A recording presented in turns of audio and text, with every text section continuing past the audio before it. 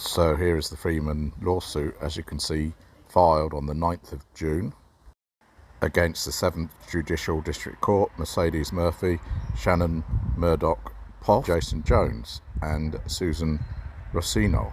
It's a complaint for declaratory and injunctive relief for civil rights violations under 42 U.S.C.A. 1983 violations of rights protected by the New Mexico Civil Rights Act, emergency request for a temporary restraining order, request for preliminary injunction, permanent injunctive relief and damages. Comes now plaintiffs hereby respectfully move this Honourable Court for a temporary restraining order, preliminary injunction and permanent injunctive relief pursuant to Federal Rule of Civil Procedure 65 and for declaratory relief against the individually named defendants acting in their individual capacities under the colour of law and for damages against the 7th Judicial District Court pursuant to the New Mexico Civil Rights Act and states as follows in support thereof. Introduction. Thomas Paine in American Crisis stated that tyranny, like hell, is not easily conquered, yet we have this consolation with us, that the harder the conflict, the more glorious the triumph. Alexander Hamilton said, "There is no liberty if power of judging be not separated from the legislative and executive powers." Federalist 78, Federalist Papers, brackets Clinton, Rossiter edition, New York, Penguin Books, 1961. Robert Bork articulated well that a respect by the judiciary for the balance of powers as originally intended by the framers must appeal to a common sense of what judges' roles ought to be in properly functioning constitutional democracy. Judges are to not overturn the will of legislative majorities absent of a violation of a constitutional right as those rights were understood by the framers. Johnny Thompson, what's the big deal? The unconstitutionality of God in the Pledge of Allegiance, 38 Hor CRCLL Rev 563. Summer, citing Robert Bork, The Tempting of America, the Usurpation of Law by Politics, brackets 1999. There is in all of us a strong disposition to believe that anything lawful is also legitimate. This belief is so widespread that many persons have erroneously held that things are just because law makes them so. Frederic Bastiat, The Law, The Foundation for Economic Education, Inc., Irvington-on-Hudson, New York, 10533. Here, the 7th Judicial District's employees appear to have fallen prey to the fallacy that just because they operate with the authority of the judiciary, that they themselves are above the law and must pay no heed to the rights of the citizens and of the press. Parties and jurisdiction. 1. Plaintiff James Springer is currently a resident of Torrance County, New Mexico. Plaintiff is reporter who acts as member of the press to inform citizens on the happenings of their government.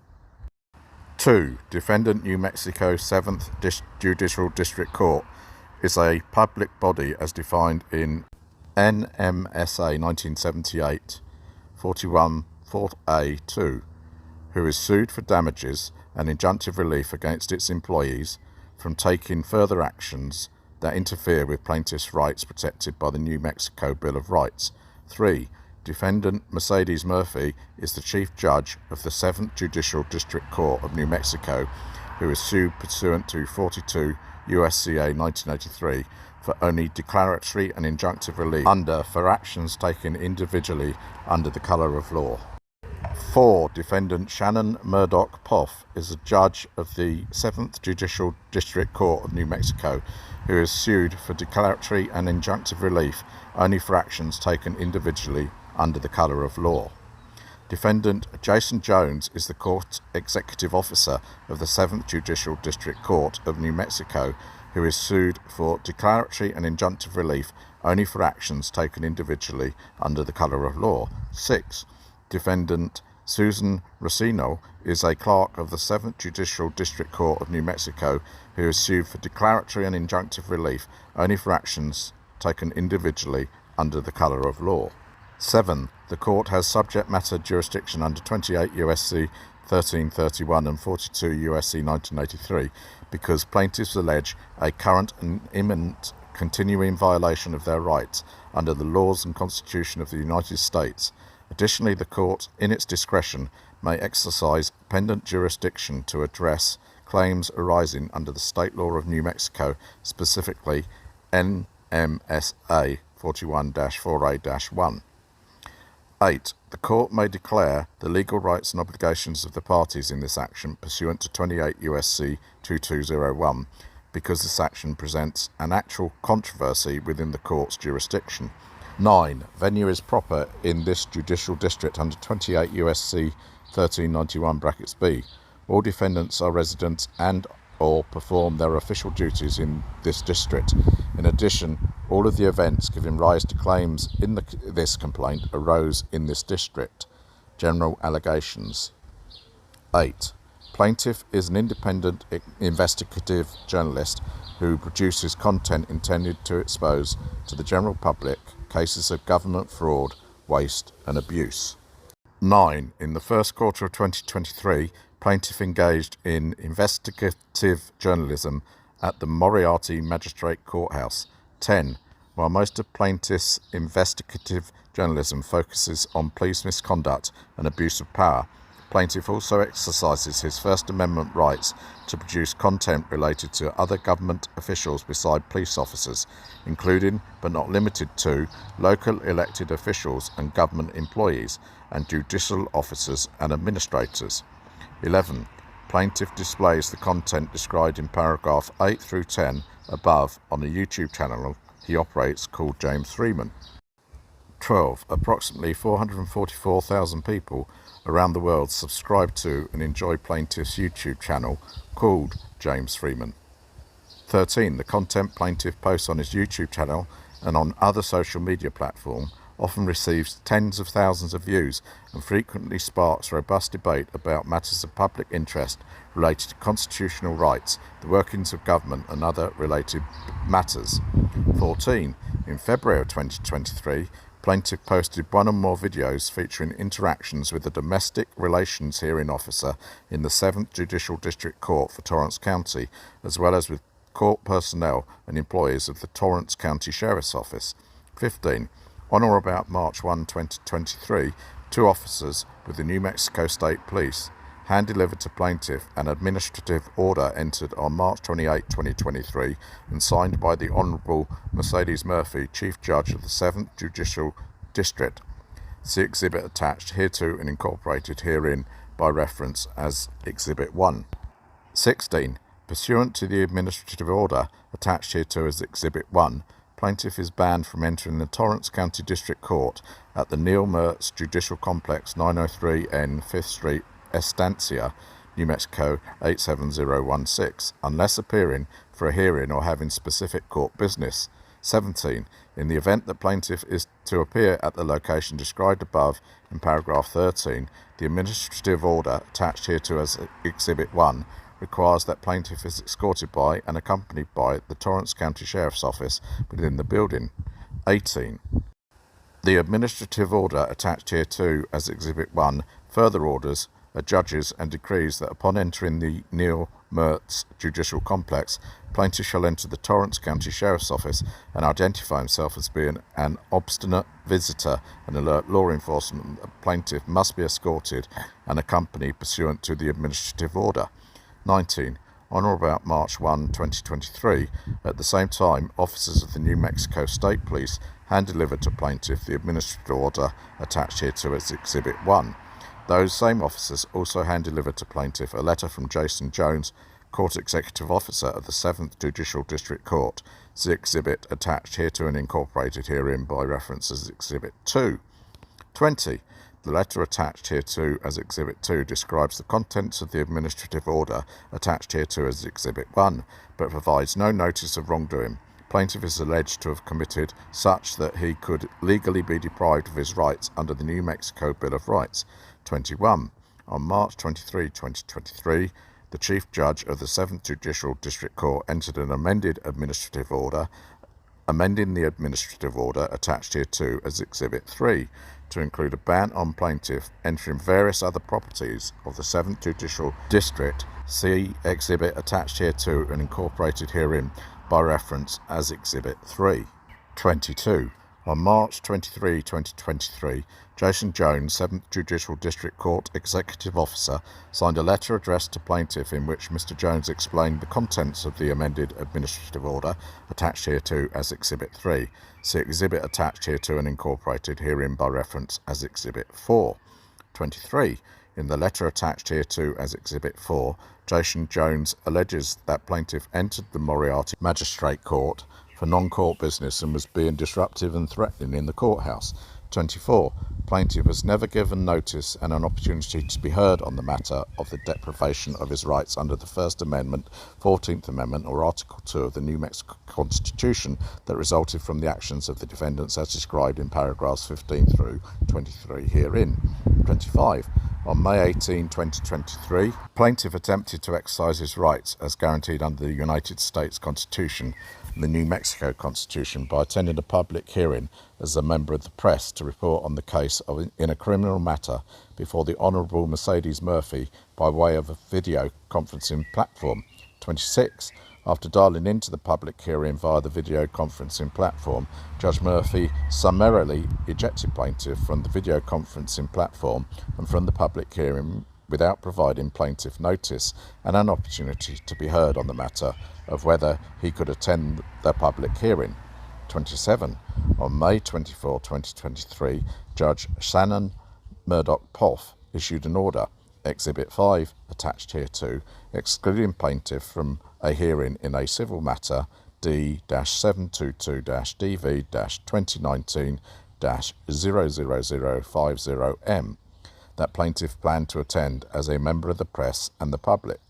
On multiple dates, Susan Rossignol had either refused service in the clerk's office or had required police presence to harass and intimidate plaintiff when he entered the Estancia District Courthouse for the purpose of conducting court business associated to making records requests.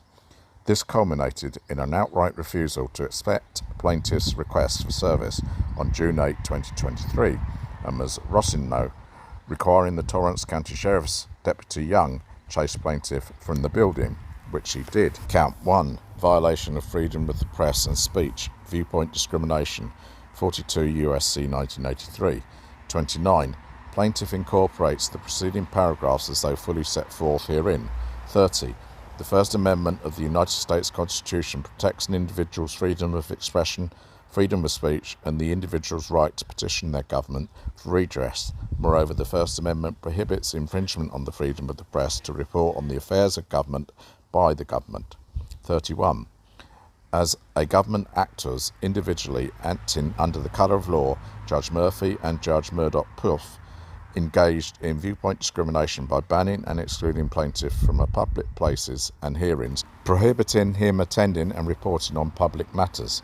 32. Judge Murphy and Judge Murdoch-Poff do not enjoy judicial immunity here for their administrative orders. A judge is not immune from liability for non-judicial actions, i.e. actions not taken in the judge's judicial capacity.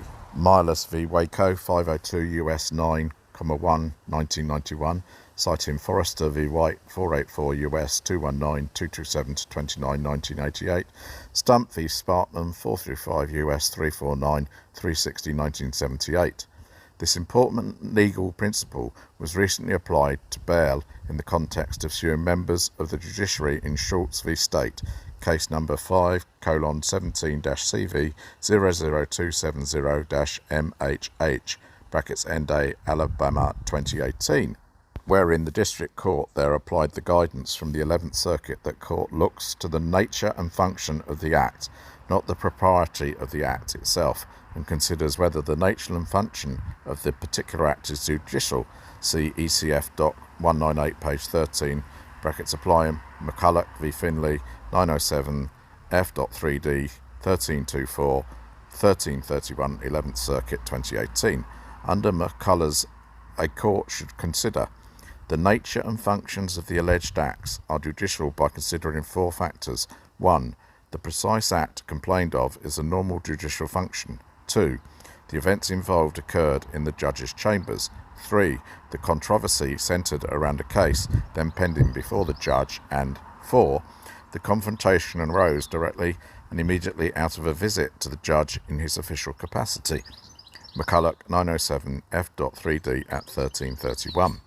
None of the conduct complained of fits within the Milas definition of judicial conduct, warranting absolute judicial immunity. 30. As a direct and proximate result of the retaliatory actions, plaintiff suffered injuries consisting of deprivation of a constitutional right. Plaintiff seek declaratory relief and injunctive relief to halt the continuation of those deprivations. Count 2. Substantive due process 42-USC 1983. 31. Plaintiff incorporates the preceding paragraphs as though fully set forth herein. 32. The plaintiffs have protected liberty interests in free speech, free press, and petitioning for redress under the First Amendment made applicable to the states under the 14th Amendment. 33. Substantive due process prevents the government from engaging in contact that shocks the conscience or that interferes with fundamental liberty without narrowly tailoring such interference to achieve a compelling government interest which must withstand strict scrutiny. 34. Defendants' actions constitute deprivations of those rights contrary to substantive due process. 35. Plaintiff seeks declaratory and injunctive relief to halt these deprivations of due process. Count 3. Procedural due process 42 USC 1983. 36. Plaintiff incorporates the preceding paragraphs as though fully set forth herein. 37. The 14th Amendment to the United States Constitution forbids the state from depriving anyone of life, liberty or property without due process of law. 38. No due process protections have been afforded to plaintiff as required by the United States Constitution of a pre-deprivation or post-deprivation process that allows for any opportunity, much less a meaningful opportunity, to be heard and address the propriety of the government's actions.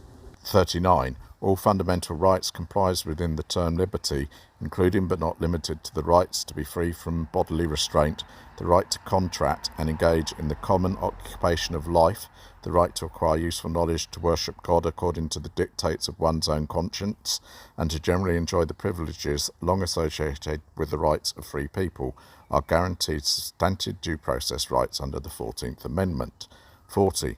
The orders issued by defendants Murphy, Murdoch-Poff, Jones and Rossino deprive plaintiff his fundamental liberty, interests in speech, press and petitioning without due process of law, based solely upon discretion of the defendants. 41. Plaintiff seeks declaratory and injunctive relief to halt these deprivations of due process. Count 4. Violation of New Mexico Const. Art 2 and 17, Art 2, 18 and Art 2, 23. Brackets only as to the defendant 7th Judicial District Court, close brackets. 42. Plaintiff herein incorporates all the foregoing paragraphs. 43.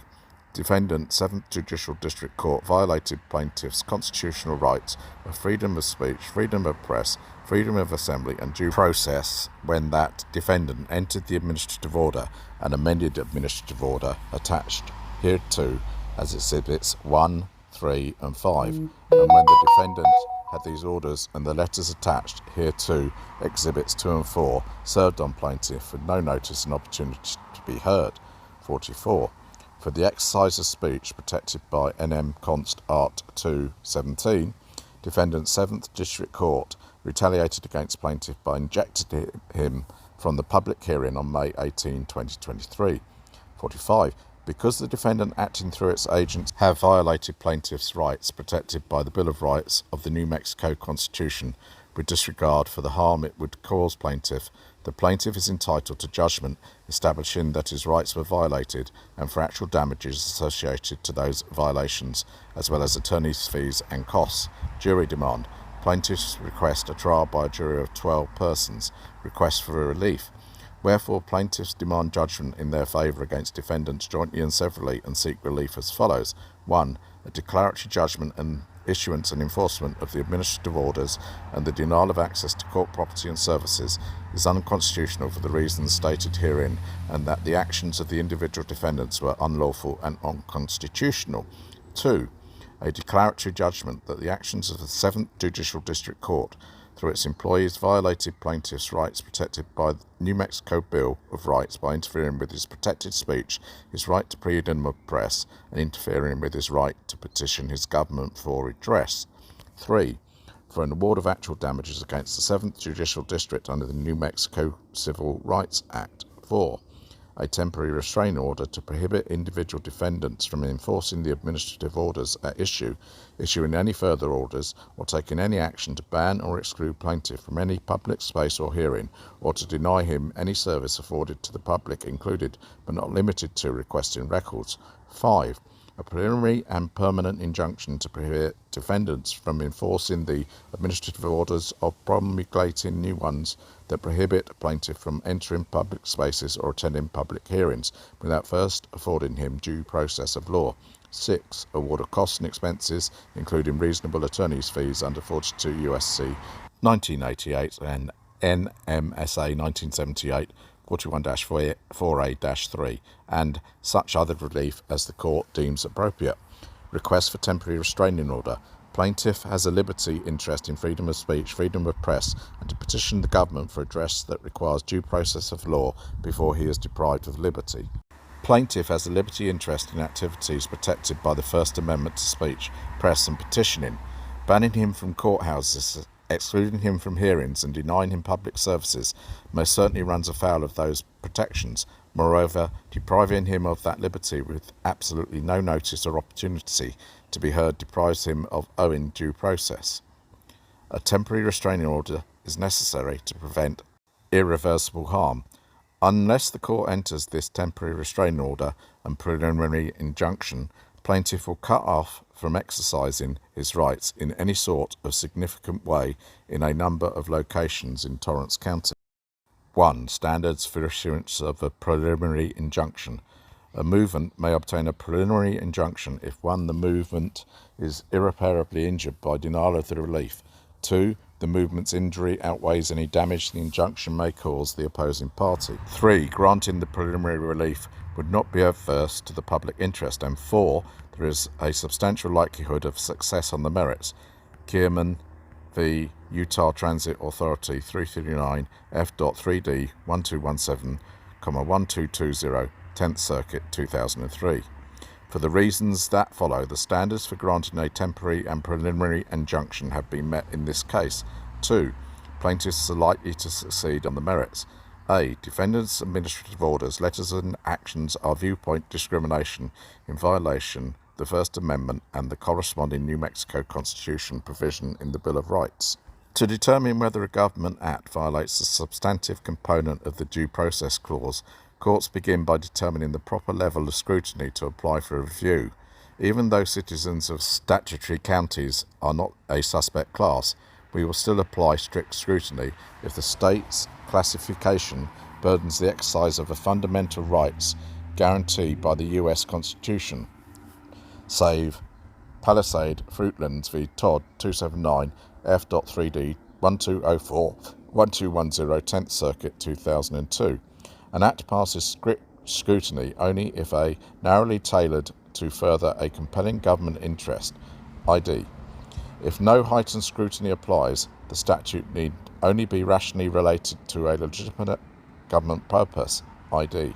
In deciding whether to recognise additional classifications as suspect, courts traditionally look to see if the classification is based on characteristics beyond an individual's control, and whether the class is saddled with such disabilities or subject to such a history of purposeful unequal treatment or regulated to such a position of political powerlessness as to command extraordinary protection from the majoritarian political process, i.d. citations omitted. Here, plaintiff's fundamental rights protected by the First Amendment are clearly abridged, and he was afforded no notice or opportunity to address the abridgment of those liberties. 3. The plaintiff will suffer irreparable injury if injunctive relief is denied. The loss of constitutional freedoms for even minimal periods of time unquestionably constitutes irreparable injury. Heidman v. S. Salt Lake City 384 F.3D 1182 1190 10th Circuit 2003, quoting Elrod B. Verns 427 U.S. 347 373 1976. Banning plaintiff from courthouse, excluding him from public hearings, and denying him public services unquestionably deprives him of his ability to speak freely, publish in the press, and to petition his government for redress. There is no adequate legal remedy for these intangible harms. CMTY Television of Utah LLC v. Aereo Inc. 997 F.SUP 2D 1191 1210 Utah 2014. Rather, the court looks to intangible harms that are difficult to quantify when it determines whether irreparable harm warrants a preliminary injunction. Moreover, deprivation of constitutionally protected rights, including the rights to due process and equal protection, inexorably creates irreparable harm. See Elwood v. Burns, 427 U.S. 347 373 1976. See also Kikuma v. Hurley, 242 F3D 950963 10th Circuit 2001. When an alleged constitutional right is involved, most courts hold that no further showing of irreparable injury is necessary. Citations omitted. The fact that due process and First Amendment rights are burdened, if not outright denied, as they are in this case, establishes the preliminary injunction's irreparable harm standard. Thus, under the 10th Circuit Court of Appeals jurisprudence, irreparable injury has occurred and will continue to occur until an injunction issues. 4. The balance of harms favours issuance of injunctive relief. Plaintiff has established both likelihood of success on the merits as well as a clear irreparable injury. In addition, the balance of harms tips decidedly in favour of plaintiff.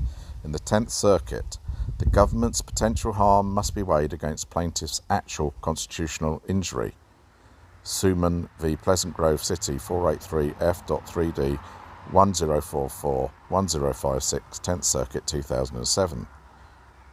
Reserved other grounds by 555 U.S. 460 2009, where the government's perception of harm is speculative, if not outright non-existent. Such speculative harm cannot outweigh an injury to the due process and First Amendment rights of a plaintiff who has established a substantial likelihood of success on the merits. If preliminary injunction relief is not granted and the court later finds that the challenged laws impermissibly infringe constitutional rights, the plaintiffs will have suffered irreparable harm. After the fact, this court will be unable to make things right again. By contrast, if this court grants preliminary injunctive relief and later finds against the plaintiff, the defendants will not have suffered any hardship. Because the defendant cannot show any sort of reasonably anticipated harm if an injunction is granted, and the plaintiffs will suffer certain harm in the absence of injunctive relief, the balance of hardships favours the plaintiff. When plaintiffs establish that a case raises constitutional issues, as the plaintiffs have in this case, the court should presume that the balance of harm tips in their favour. Samartano v. First Judicial District Court, 303 F.3D 959 973, 9th Circuit 2002. 5. An injunction is in the public interest. Finally, plaintiff establishes that issuance of a preliminary injunction is in the public interest. The 10th Circuit Court of Appeals recognises it is always in the public interest to prevent the violation of a party's constitutional rights.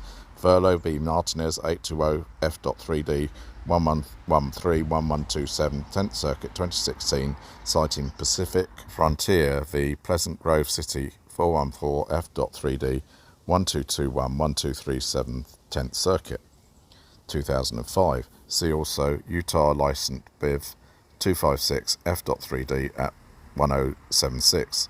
Elam Construction Inc. v. Regional Transport Dist 129 F.3D 1343 1347, 10th Circuit 1997. It is in the public interest to not allow government to ban members of the press from public courthouses and hearings, or to deny them the ability to make records requests simply because they do not like the content of the speech or press of an individual reporter. Conclusion.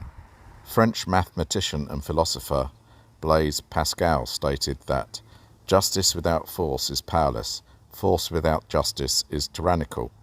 This court should give force to justice, and for all the foregoing reasons, plaintiffs respectfully request this court grant a temporary restraining order, respectively submitted this 8th day of June 2023, and it's an actual law firm, Western Agricultural Resource and Business Advocates, LLP.